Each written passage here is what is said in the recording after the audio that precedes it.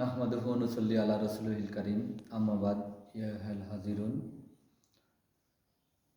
আজকে যে বিষয় নিয়ে একটু আলোচনা করব সেটি হচ্ছে মানুষ মাত্রই অকৃতজ্ঞ আমরা।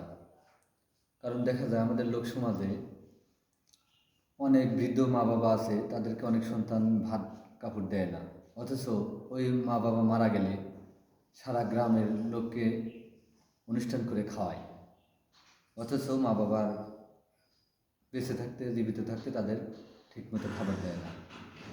আবার দেখা যায় অনেক মানুষ পীড়িত অসুস্থ থাকে, তখন অনেক আত্মীয় স্বজন ফল নিয়ে আসে বা ছেলে সন্তান মেয়েরা নিয়ে আসে, কিন্তু মা বাবা সুস্থ থাকতে বা ওই লোকটি সুস্থ থাকতে ওরকম ভালো খাবার তাকে দিত না।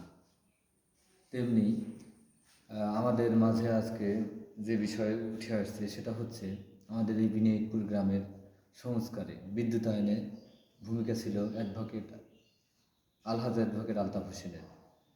আর রাস্তা পাকাকরণের গ্রামের মাঝের রাস্তা যে কয়জন ছিলেন তার মধ্যে অন্যতম তিনি একজন, তার ভূমিকা ছিল বড়। এছাড়া আমাদের কবরস্থান, বিনায়কপুর কবরস্থান এবং হাফিজিয়া মাদ্রাসার জায়গা তার যদিও টাকার মাধ্যমে বিনিময় দিয়েছেন, কিন্তু তার জায়গার মধ্যেই হাফিজিয়া মাদ্রাসার ভবন, দাখিলি মাদ্রাসার ঘর এবং একটা মসজিদ মাদ্রাসার করা হয়েছে। আর আজ যে মসজিদে আমরা নামাজ পড়ছি, শুক্রবার জুমার নামাজ আদায় করার জন্য আসছি, এই মসজিদের অতীতে যারা দিয়েছেন জায়গা আর বা তাতে জায়গা সংকুলন হয়ে ভবন নির্মাণের জায়গা হয়নি, 6 শতক জায়গা মসজিদের উত্তর পার্শ্বে একদম সংলগ্ন ওনার নামে যে কোনোভাবে রেকর্ড হয়েছে। উনি গত সোমবার জায়গাটা রেজিস্ট্রি করে দিয়েছেন ফ্রিতে।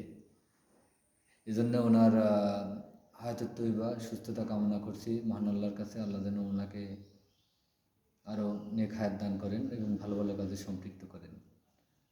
আরও যারা দান করেছেন জায়গা মসজিদে, তাদের জন্য সবাই দোয়া করবেন। আসসালামু আলাইকুম।